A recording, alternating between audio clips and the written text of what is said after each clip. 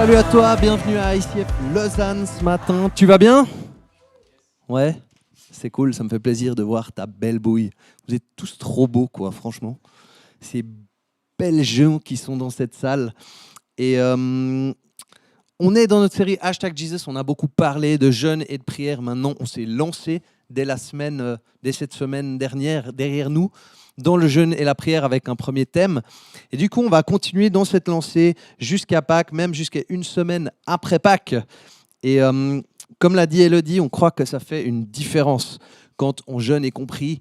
Et j'aimais bien cette idée de dire, mais note tes impressions, tes prières, trucs comme ça bouge. Et je ne sais pas ce que vous avez vécu cette semaine par rapport à ça, mais moi j'ai trouvé super puissant de prendre un temps pour prier pour ma ville de Lausanne aujourd'hui.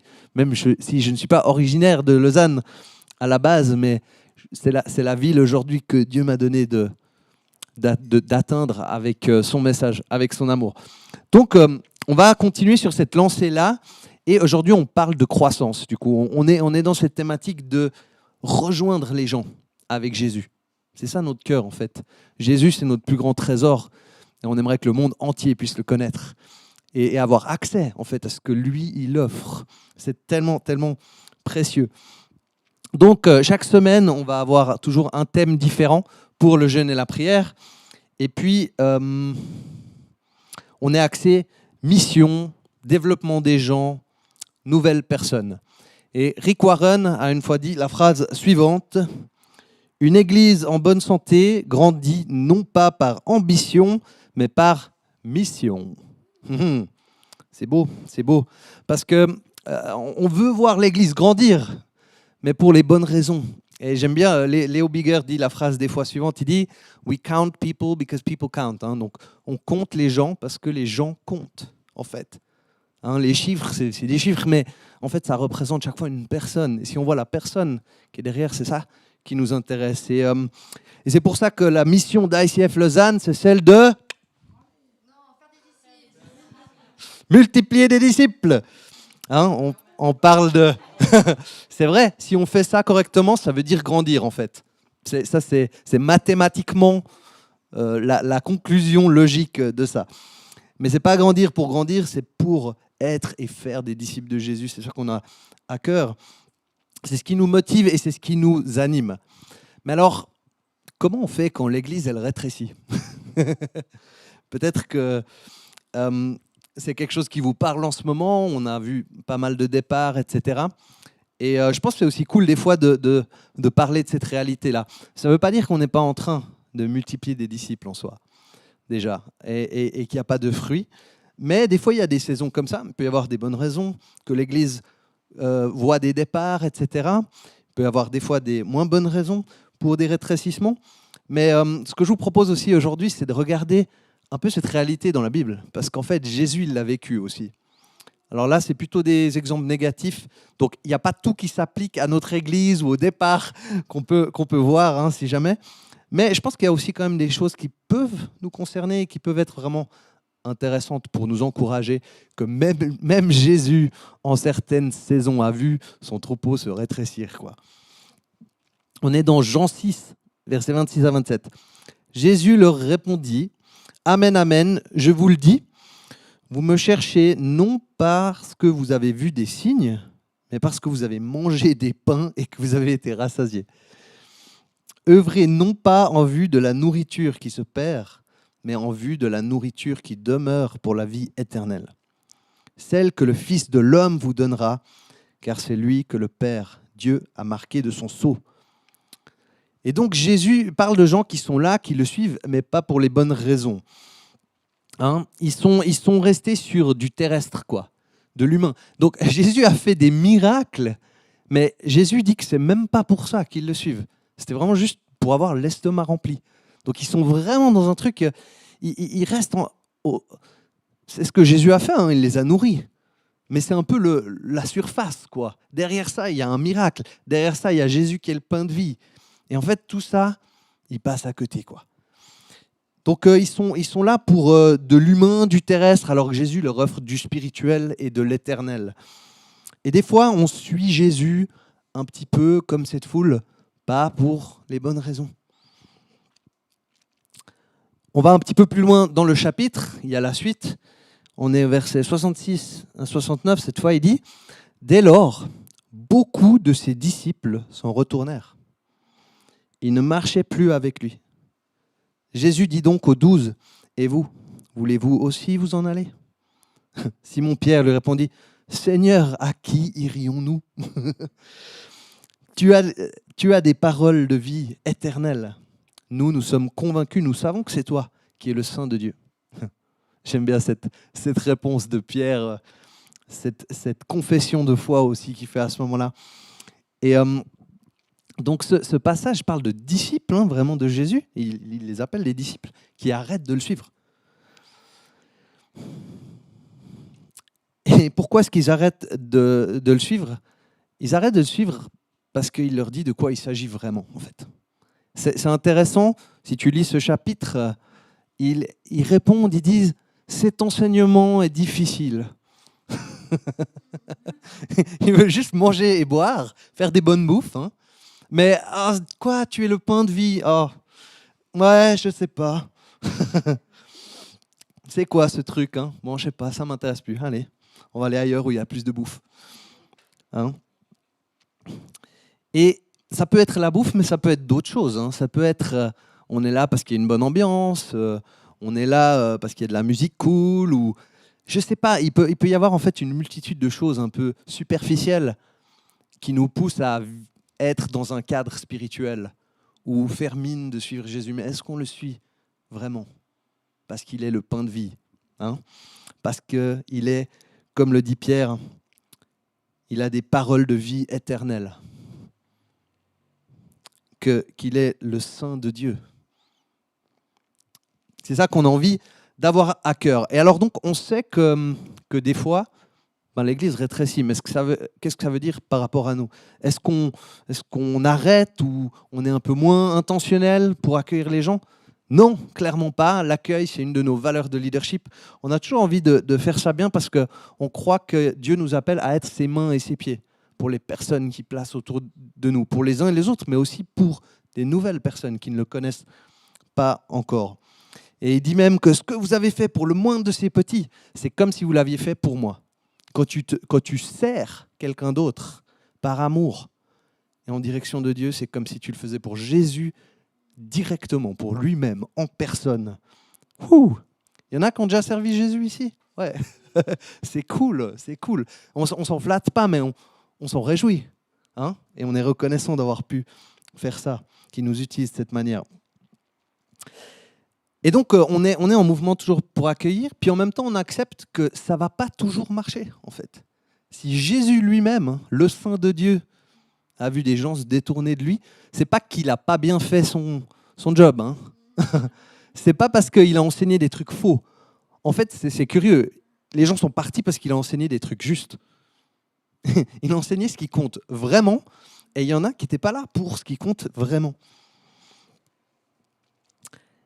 Et on voit ça même encore quand Jésus va dans sa ville natale. Cette fois-ci, on est dans Marc 6, 5 à 6.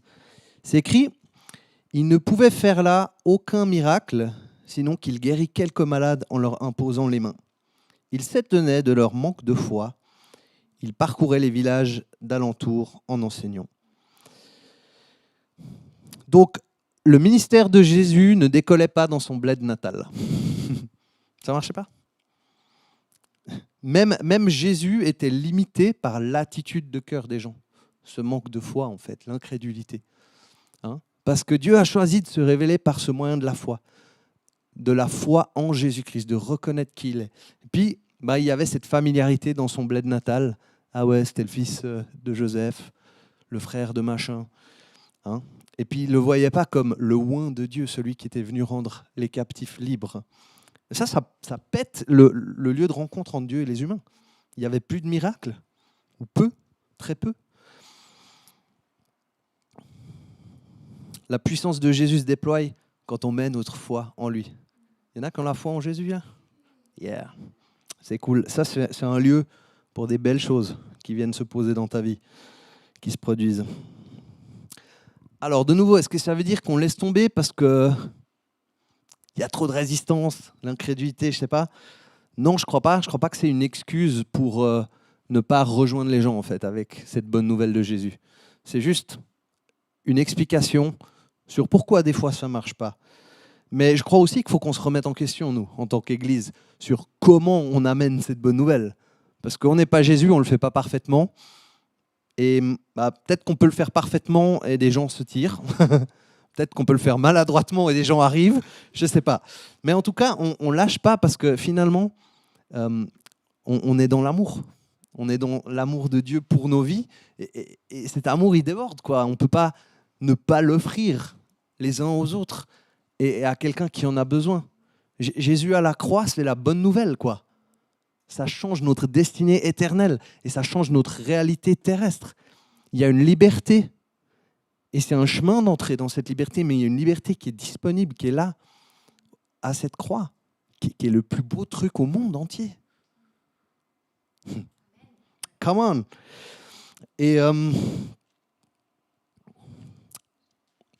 voilà, on comprend que des fois, en tout cas, c'est pas automatique de voir le résultat. Dans le premier cas, les gens ne supportent pas le bon enseignement de Jésus. Dans le deuxième cas, ils n'ont pas de foi en lui, ils le voient comme quelqu'un de commun. Il n'est pas le Fils de Dieu pour eux. Et il y a l'incrédulité qui bloque le truc. Mais ça, ce n'est pas la fin de l'histoire, c'est juste des étapes, parce que finalement, Jésus et ses disciples vont rejoindre beaucoup de monde. C'est 2 instances où ça n'a pas fonctionné, mais globalement, il y a eu un impact du royaume. L'Église a grandi, les gens ont découvert Dieu au travers du Fils, Jésus, de la croix. Et puis, sur la base des disciples, des apôtres, il va démarrer l'Église universelle. L'Église qui vit encore aujourd'hui partout dans le monde. C'est ça. Donc, il y a eu un fruit, il y a eu un grand impact. Et on accepte que ce n'est pas toujours automatique le résultat. Et le résultat ne dit pas forcément si on a fait juste ou pas. Mais on croit qu'il y a un grand fruit qui va venir à un moment donné. On croit qu'il y a un grand impact. Et ça, on n'arrêtera jamais d'annoncer Jésus pour voir ça se produire. Et c'est pour ça qu'aujourd'hui, j'ai envie de t'encourager à allumer le radar du Saint-Esprit dans ta vie. Ton détecteur de potentiel divin, tu sais, tu es là, tu dis, ah tiens, mais cette personne-là, à côté de moi, elle est ouverte. Et je pense que peut-être qu'elle aurait envie d'entendre parler de Jésus, de Dieu. Peut-être que ça lui ferait du bien. Peut-être que je peux prier pour cette personne. Peut-être que je peux tendre une perche, ouvrir une porte, annoncer mon témoignage. C'est ce détecteur de potentiel, c'est ce que Jésus a invité ses disciples en fait à faire. Tu lis ça dans Luc 10, 5 à 6, il dit « Dans toute maison où vous entrerez », donc parce qu'ils sont partis en mission, les disciples, les 70, dit que la paix, dites que la paix soit sur cette maison. Et s'il se trouve là un homme de paix, votre paix reposera sur lui. Sinon, elle reviendra à vous.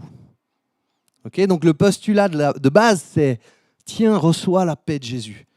Puis après, il y en a qui vont le recevoir et il y en a qui vont refermer la porte. Et cette paix qui a été annoncée, elle repartira avec celui qui l'a annoncée. Tout le monde n'est pas réceptif au message de Dieu. Et du coup, c'est pour ça qu'on jeûne et qu'on prie pendant ce mois et cette semaine pour voir de la croissance, pour atteindre des gens. Et le prochain thème, donc, à partir de lundi, de demain, c'est vraiment les 4 groupes de personnes qu'on a envie de voir rejoindre, connecter avec Dieu. Parce qu'il y a 4 moyens pour une église de grandir. Vous m'avez peut-être déjà entendu parler de ça, mais c'est 4 catégories qu'on peut vivre. La première, c'est celle qui nous intéresse le plus, c'est des conversions. Une conversion, ça fait un peu un mot technique en soi, mais c'est juste la réalité de quelqu'un qui ne connaissait pas Jésus et tout à coup qui le découvre. Et qui se rend compte qu'il peut aller à la croix, être pardonné chaque jour, faire table rase, avoir un nouveau départ. C'est tellement cool. Il y a les transferts d'église, mais là, je parle donc de transferts saints, parce qu'il y a des transferts qui peuvent ne pas être vraiment intéressants ou utiles au royaume de Dieu, en fait. Mais des fois, il y a une famille qui vient peut-être d'un autre pays, s'établissent ici, ils sont déjà chrétiens, mais ils ont besoin d'une nouvelle communauté, une famille. Et ça, c'est une manière cool de vivre le corps du Christ et puis de grandir dans une église locale. Ce n'est pas une vraie croissance pour le royaume de Dieu, parce que ça veut dire qu'il y a eu des gens en moins aussi dans une autre communauté. C'est du déplacement. Mais en tout cas, Dieu utilise ça, je crois, dans certaines situations, pour juste le chemin qu'il écrit avec chacun, avec nos vies. Il y a les nouvelles naissances, petit jeu de mots, entre la nouvelle naissance et les nouvelles naissances, parce que il y a la croissance biologique, c'est important aussi. Et c'est une manière que l'Église grandit. Il y a des nouvelles générations, des petits bouts de choux qui naissent et qui vont grandir dans la foi, dans la vie d'Église, de connaître leur Sauveur Jésus, de plus tard prendre une décision pour lui et d'être les prochains porteurs pour les nouvelles générations de cette bonne nouvelle. Et puis enfin, il y a les brebis sans troupeau, on peut les appeler les brebis égarées des fois. C'est ces chrétiens qui sont un peu déconnectés du corps du Christ et d'une communauté locale. Et on n'a pas envie de juger ou condamner ces personnes, on a envie de les accueillir, parce qu'en réalité, sans se rendre compte, elles se mettent dans une situation dangereuse spirituellement. Le mouton, il est le plus en sécurité dans le troupeau, avec ses frères et sœurs, et avec Jésus, le bon berger, qui veille sur ce troupeau. Le corps du Christ, c'était son plan pour qu'on soit avec lui, en lui, les uns avec les autres. Jésus n'a jamais voulu, Dieu n'a jamais voulu qu'on aille vivre notre foi en Jésus tout seul dans notre coin. Il a voulu qu'on se rassemble, comme on le fait maintenant, les dimanches, en son nom, pour le proclamer, louer Dieu, entendre sa parole. Il a voulu qu'on se voie dans les maisons pour partager nos fardeaux les uns les autres, manger, boire ensemble, vivre le Saint-Esprit. C'est trop beau ce plan. Et il y a beaucoup de chrétiens qui s'en privent en allant se mettre tout seul dans un coin et ils ne se rendent même pas compte combien leur vie spirituelle en est affectée. Donc on veut aussi gagner ces gens, on veut les rejoindre. Et ça, c'est les 4 catégories de personnes qu'on a envie de rejoindre. Mais si on veut toucher ces personnes-là, si on veut être les mains et les pieds de Jésus pour elles, on a aussi besoin de comprendre un petit peu mais de quoi elles ont besoin. C'est quand même très différent en fonction de ces cas. Donc, pour les conversions, de quoi a besoin quelqu'un ? Ils ont besoin d'entendre l'évangile, la bonne nouvelle. Il y a une petite évangéliste là dans la salle qui se réveille. Et ils ont besoin aussi d'entendre ton témoignage, ton histoire de comment tu as rencontré Jésus. Ça peut tellement inspirer quelqu'un à le découvrir aussi. Ils ont besoin de pouvoir vivre et sentir l'amour de Dieu, la grâce de Jésus, de comprendre et de vivre ce qui se passe à la croix, qu'on peut aller à la croix, puis qu'est-ce qu'on peut y vivre, recevoir. Ils ont besoin de beaucoup de prières, d'un accompagnement spirituel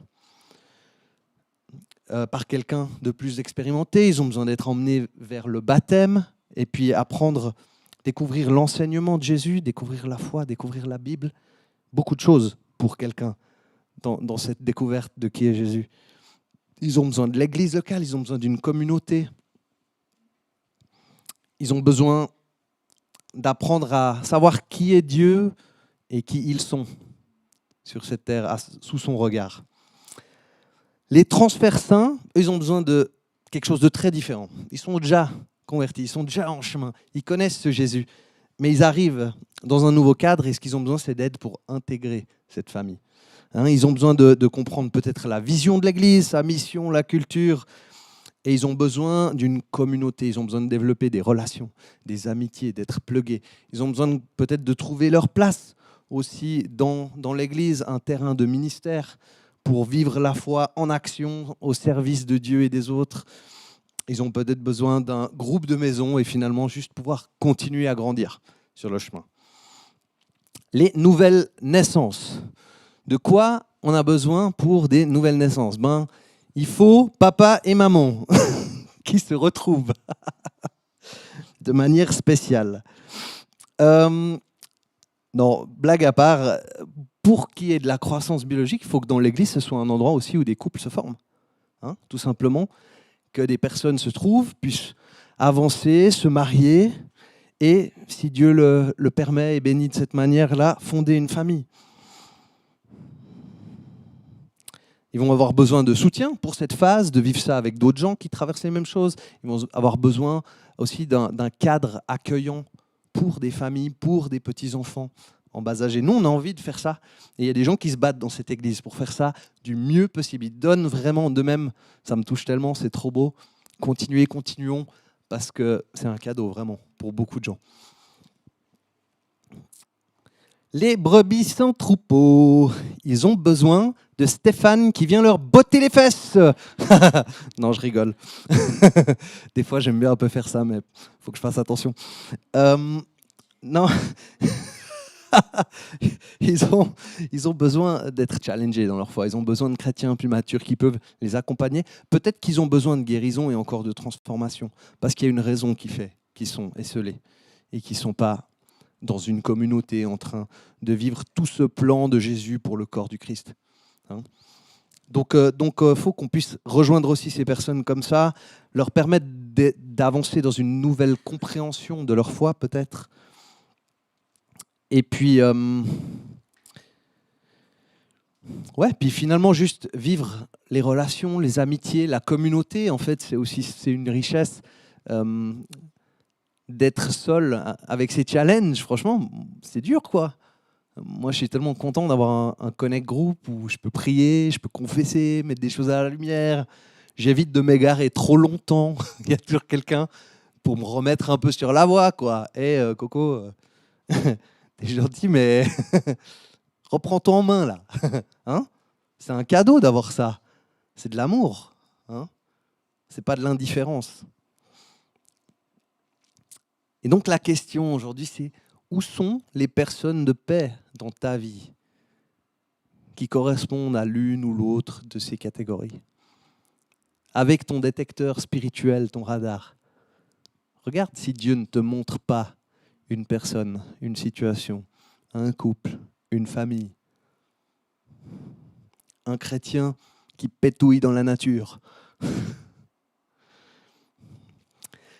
En fait, l'Église, c'est vraiment comme un feu auquel on ajoute du bois. Okay, on va un peu voir cette compréhension de quoi on a besoin pour qu'une Église grandisse sainement. Et je me suis amusé à faire un feu de friction l'autre jour dans la nature. Oh oui, encore une fois. Avec Elodie, on est allé. Et puis, je crois que j'ai mis 1h30 à faire la braise. Ça peut aller beaucoup plus vite, mais j'ai un peu lutté. Donc... ouais, tu peux nous montrer la petite vidéo aussi. Voilà le setup avec l'arc qu'on voit en bas. Puis tu peux montrer le résultat après avoir bien travaillé. Il y a une braise qui est là. On va voir l'incandescence. Il faut souffler avec beaucoup de délicatesse. Des fois, juste la main suffit, un petit mouvement comme ça. Je veux de l'incandescence, moi.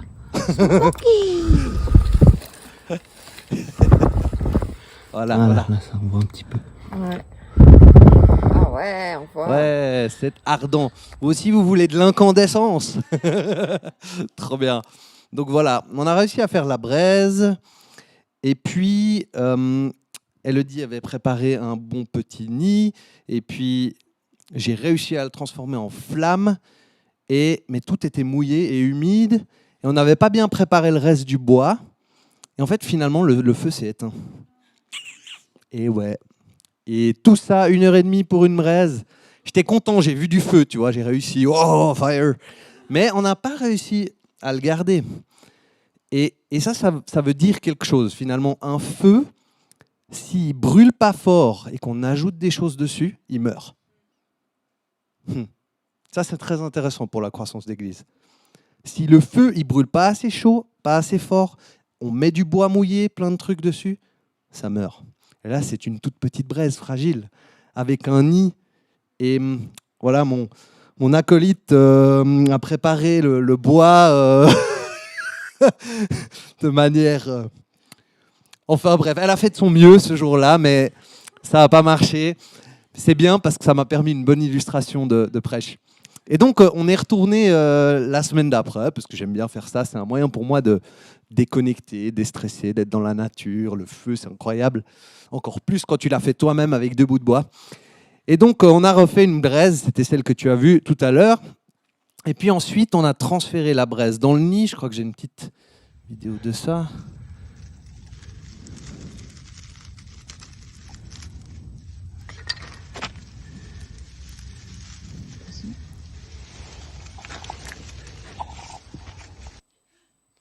Voilà, et puis malheureusement on n'a pas la vidéo du nid qui se transforme en flamme, on a une petite photo. Voilà, paf, tu vois. En gros, tu souffles sur le nid, ça fume, ça fume, ça fume, et tout à coup, fla. Voilà, ouais, j'avais un... J'ai hésité à mettre la photo, hein, je vous avoue, mais bon, il n'y a pas... Y a... J'avais de la matière au pire si le nid suffisait pas comme ça. Et puis, le résultat final, c'est que ça a donné ceci. Feu démarré à feu de friction. Fire! Mais ce que ça nous dit, c'est vraiment important, c'est qu'il y a deux dimensions dans l'Église. Okay, tu as la dimension verticale, que tu grandis dans la foi en tant que disciple toi-même. Il y a un feu qui est en toi et qui est en nous ensemble et il doit brûler toujours plus fort en fait. Et s'il brûle bien ce feu-là, on peut ajouter du bois et ça va continuer, ça va brûler encore plus fort. Mais il y a le risque que si nous-mêmes on ne prend pas bien au sérieux cette question de la température de nos cœurs et de ce qu'on vit déjà, on peut ajouter plein de trucs, ça peut même grandir pendant un moment, parce qu'il y a de la bouffe. Hein. Et à un moment donné, paf, ça s'écroule. Parce que l'Église, elle n'est pas construite sur du superficiel, elle est construite sur le pain de vie. Hein. Comment on vit Jésus, comment on le prend au sérieux, comment on prend au sérieux sa parole, tout ça. Et puis après, il y a une dimension horizontale. On veut rejoindre les gens avec ce feu, avec cette chaleur, avec cette lumière. Hein. Et ça te rappelle que finalement, la croix, elle a toujours ces deux axes. Tu as un axe horizontal, un axe vertical. Le vertical est plus important, parce que sinon, tu plugues les gens à quoi? Tu les rejoins à quoi? Mais ça, c'est vraiment important. Ça peut faire la différence entre un feu qui grandit, qui se perpétue, ou un feu qui s'éteint, qui est étouffé. Dans Matthieu 28, quand Jésus donne la mission à ses disciples, vous connaissez sûrement tous ce passage, ou peut-être pas si tu nous découvres, merveilleux. Il dit « Allez, faites des gens de toutes les nations des disciples. Baptisez-les pour le nom du Père, du Fils et de l'Esprit Saint, et enseignez-leur à garder tout ce que je vous ai commandé. Quant à moi, je suis avec vous tous les jours jusqu'à la fin du monde. » Peut-être que la partie la plus importante de ces deux versets, c'est le « et enseignez-leur à garder tout ce que je vous ai commandé ». C'est quelques mots, mais il y a un truc énorme comme ça de contenu là-dedans. Je ne sais pas à quel point des fois on s'en rend compte. Enseignez-leur à garder tout ce que je vous ai commandé. Ça veut dire connaître Jésus, ça veut dire connaître sa parole. Si toi, tu ne connais pas la Bible et tu ne comprends pas bien ta foi, comment tu pourras emmener quelqu'un d'autre là-dedans?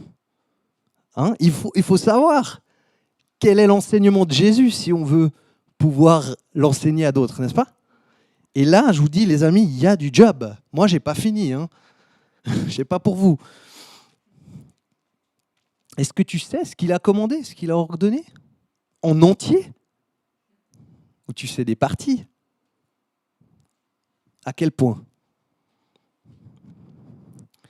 Charles Spurgeon, grand prédicateur du 19e siècle, a dit « Dieu ne nous a pas appelés à remplir des bancs, mais à faire des disciples. » Il avait bien compris, Spurgeon. Et c'est ça notre mission. Et ça veut dire qu'on doit être prêt. Le feu, il doit bien brûler chez nous, si on veut faire des disciples. Sinon, on va juste faire des croyants de surface, qui suivent Jésus un moment parce qu'il y a de la bouffe, mais qui ne comprennent peut-être pas la portée éternelle de qui il est. Et comme les disciples, d'être prêts à tout lâcher pour le suivre. Hein. Les disciples, ils sont là. Vous aussi, vous allez partir. Les gars, ils ont tout lâché pour suivre Jésus. Ils disent, tu veux qu'on aille où? C'est toi. C'est toi, notre Jésus, notre Seigneur. C'est pour toi qu'on vit. Et Anonyme a dit une fois, la croissance de l'Église commence toujours par la croissance spirituelle de chaque croyant. Donc il y a cette double dimension, mais sur l'horizontale, n'oublions pas non plus qu'on va rejoindre des gens en fait dans leur état. Hein. Les gens que Dieu va nous amener, ils ne vont pas être prêts, ils vont être peut-être blessés, ils vont peut-être avoir besoin d'apprendre beaucoup de choses, ils ne sont pas équipés, ils ne sont peut-être pas en bonne santé. Hein. Ça, c'est vraiment une réalité de l'Évangile. Et en fait, l'Église, c'est un hôpital pour les malades. C'est un hôpital un peu spécial, parce que c'est un hôpital pour les malades, et à l'image du bois que tu mets sur le feu qui brûle, etc., le malade entre dans l'hôpital, il est guéri, il est restauré, il est transformé, et ensuite il devient un soignant. Et il prend soin des prochains. Donc si les malades restent malades et ne sont pas allés au bout de leur chemin comme ça, les prochains malades, ils ne vont pas être guéris, je te garantis. Marc 2,17. Ce ne sont pas les bien portants qui ont besoin de médecins, mais les malades. Je ne suis pas venu appeler des justes, mais des pécheurs. Donc Jésus dit ça juste après avoir été critiqué parce qu'il passait du temps avec des gens qui n'étaient pas en bonne santé, des pécheurs, des gens de mauvaise réputation. Et ça nous rappelle que Dieu vient, pas pour ceux qui croient se suffire à eux-mêmes, avec leur propre justice, il vient pour ceux qui ne sont pas assez, ceux qui reconnaissent qu'ils n'y arrivent pas de leur propre force sur cette terre, qu'ils ont besoin de pardon pour leurs péchés, qu'ils ont besoin d'être sauvés de leur culpabilité, d'être sauvés pour la vie éternelle. C'est cette humilité-là où Dieu déverse sa grâce. Et ça, c'est vraiment une déclaration clé sur notre mission, la mission de Jésus dans ce monde. Craig Groeschel, un des plus grands pasteurs du monde, qui a une église de 70 000 personnes, et si tu as la Bible App dans ton téléphone, c'est un des fruits merveilleux et gratuits de son ministère. Il a dit, si vous prenez soin des gens, Dieu prendra soin de la croissance. Mais qu'est-ce que ça veut dire prendre soin des gens? Donc, je crois que c'est rejoindre les gens là où ils en sont, dans leurs blessures, là où ils ont besoin de guérison, dans leurs challenges, dans leurs questions. Ça, c'est une des dimensions de tout ça. Mais il y a un autre aspect qui est important, et j'ai envie de te parler aussi de l'histoire d'ICF Genève un peu, parce que je pense que c'est quelque chose de... Il y a une leçon vraiment intéressante là-dedans, sur ce qui a fonctionné, qui peut-être on n'a pas vu à Bulle et Lausanne. Aujourd'hui, on voit le résultat de ça. À l'époque du groupe de jeunes, il y avait des gens qui ont vécu le discipleship. Et ce discipleship, c'était pas juste on fait des trucs cool ensemble et on a une bonne ambiance et on rigole bien, on fait des blagues, mais ils ont vraiment appris à connaître Jésus, la Bible, à tel point que les jeunes de ce groupe de jeunes de l'époque sont les pasteurs à ICF Genève aujourd'hui. Donc il y a eu un vrai chemin de transformation. Je peux nommer Ruben et Cédric, qui sont des incroyables gaillards.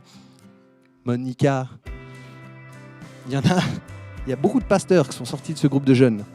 Et ce qu'Elodie a pu voir au Get Free Weekend qu'elle a fait récemment aussi, c'est à quel point il y a une relève encore qui est là. Pas une relève juste de gens qui aiment bien un peu l'église comme ça, mais des gens qui prennent Jésus au sérieux. Ils sont radicaux dans leur choix de vie, dans leur lifestyle. Et ils vivent une vie de disciple sur laquelle Dieu peut construire. Et il y a un renouvellement, il y a une suite. Et donc, les nouvelles générations peuvent découvrir qui est Jésus grâce à ça, je crois. Donc, prendre soin des gens, ce n'est pas juste les aider dans leurs besoins, mais c'est aller jusqu'au bout de la vie de disciple avec eux, d'un chemin de discipulat. Et si on veut faire ça, on a intérêt à nous d'être allés au bout de ce chemin déjà, aussi loin que possible. Ou en tout cas, on peut déjà prendre les gens avec nous, mais pas plus loin que nous, on est déjà allés. Donc voilà un peu l'enjeu. Et notre manière de prendre au sérieux notre propre vie de disciple détermine notre capacité à en faire. C'est pour ça qu'il y a ces deux forces. De ta propre vie de disciple verticale et rejoindre les autres pour enseigner aussi ce que Jésus t'a déjà enseigné dans ta vie.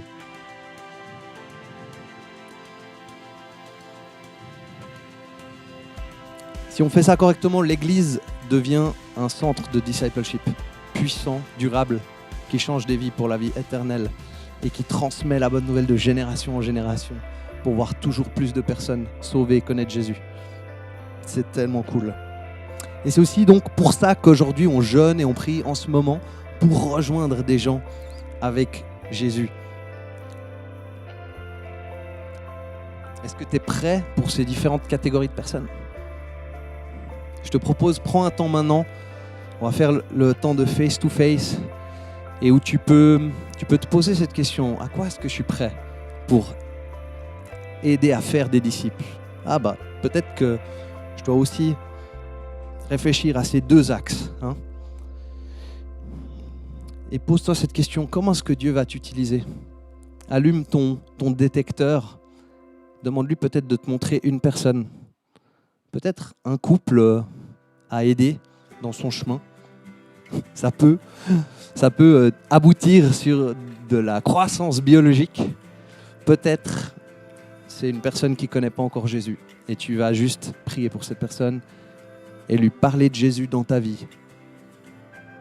Il y a tous ces cas de figure différents. Et je t'encourage, demande à Dieu une parole, demande-lui un mot qui te met en mouvement. Parce que toutes ces belles choses que je viens de raconter, on ne veut pas juste en parler, on veut les vivre. On veut être à l'action dans ce monde. T'es chaud? T'es avec moi? Ouais, cool. Alors, prie ton Dieu pour ça. T'as des questions qui sont là-haut et puis je finis aussi avec toi en prière avant que la benne reprenne. Seigneur, merci parce que si on te connaît aujourd'hui, c'est parce que des gens ont été tes pieds et tes mains auprès de nous. Merci pour ces gens qui t'ont pris suffisamment au sérieux pour nous en parler, pour nous offrir une occasion de te connaître, pour tendre une perche, pour connecter, pour témoigner. Et aujourd'hui, on te remet nos vies, Seigneur, et on dit oui, Seigneur, on veut être et faire des disciples. Et on veut vivre ces deux dimensions, la verticale et l'horizontale, celle de grandir dans notre propre vie de disciple et celle d'aider à faire des disciples et d'enseigner tout ce que tu nous as enseigné. Alors là, maintenant, dans ce moment, dans cette salle, pour chacun d'entre nous personnellement et en groupe, viens et révèle-nous où est le focus. Peut-être une personne que tu nous mets à cœur. Allume nos détecteurs de potentiel spirituel. Aide-nous à trouver ces personnes de paix. Ceux qui sont ouverts et réceptifs finalement à ce que tu as envie d'amener dans leur vie. Et aide-nous à faire notre part pour aimer ces gens avec ta bonne nouvelle, avec ton message. Et leur présenter qui tu es. Leur offrir une rencontre, une relation personnelle avec toi. Une relation aussi communautaire avec toi dans l'église locale. Merci parce que tu n'as pas fini de sauver ce monde, de rejoindre toutes ces catégories de personnes qu'on a nommées ce matin. Et tu nous utilises ici, chacun d'entre nous dans cette salle, pour le faire. Alors on prie. Montre-nous comment nous on peut faire une différence pour ne serait-ce qu'une seule personne. À toi la gloire, Jésus. En ton nom puissant prie. Amen.